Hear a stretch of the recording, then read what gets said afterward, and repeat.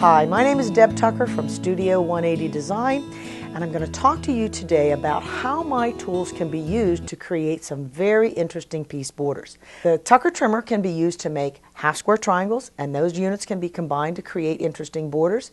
It can also be used to create shaded four patches, which can create another round of interesting units to be used in borders. Hourglass units and combination units are also being made quickly and easily with the Tucker trimmer.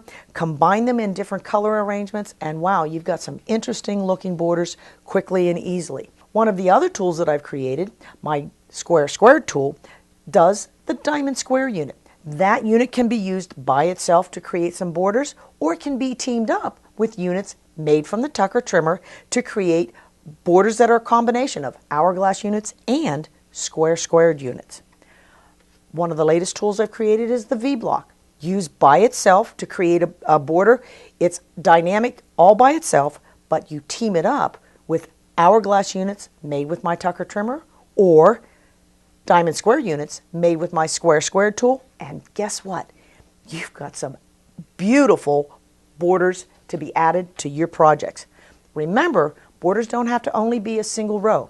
If you take an example like this, take two combination units, put them side by side, wow, what kind of borders are we looking at here? Some really great designs. Now I'd like to take a look at some of my quilts that I've created that have these basic unit borders on them, and you can take a look and see what you think. My New Year's Star quilt is one of the first quilts that I created using the Tucker trimmer tool. It's a simple border done with 3 different colors. The Twister quilt that you see here also uses the combination unit, but I've added a little pop of yellow in the corner by adding a folded corner to create something slightly different than the one you saw on my New Year's Star quilt. Solitaire.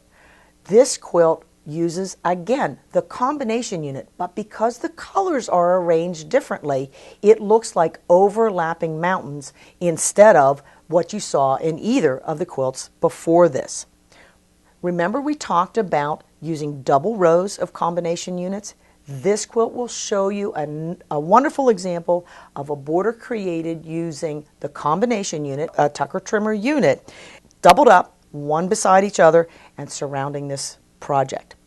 Hot Flash comes back, uses the same simple combination unit that we saw in the first quilt, and what you'll notice is that the Tucker trimmer combination unit border surrounds my Rapid Fire Hunter Star. That Rapid Fire Hunter Star in the next quilt actually becomes the border around a simple applique. This pattern is called Masquerade. My Oak Ridge Star border is made with hourglass units and half square triangle units, both of which were made using my Tucker trimmer tool. One of the other tools that I've created is my wing clipper. The wing clipper is designed to work with flying geese. Let's take a look at some of those kind of borders.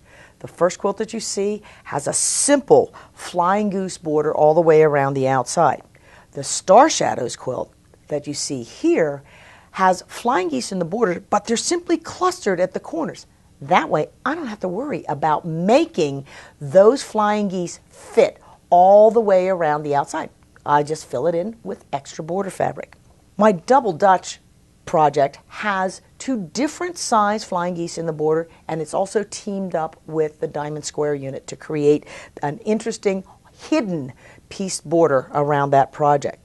Country Fair has, again, flying geese, but they're arranged base to base, and they're staggered a half a step to give you that interesting zigzag effect around the outside of the quilt.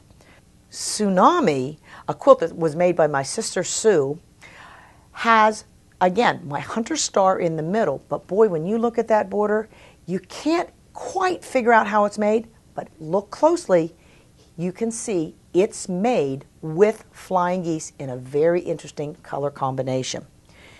Yankee Pride, one of my favorite quilts, takes the star that I made in the middle out and places it in the border of the quilt. All of those stars were made with flying geese units and my wing clipper tool. So when I created all those stars, they fit together beautifully.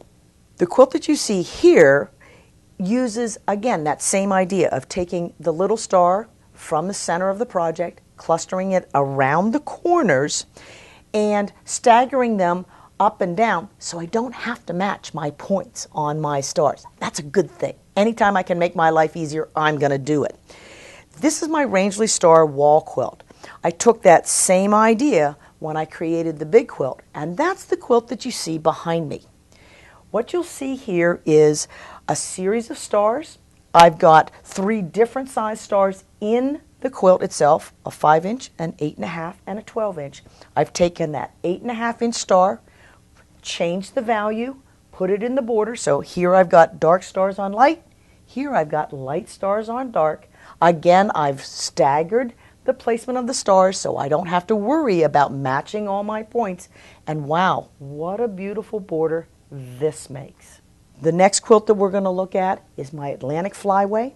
The border that you see there looks a whole lot harder than it is to make.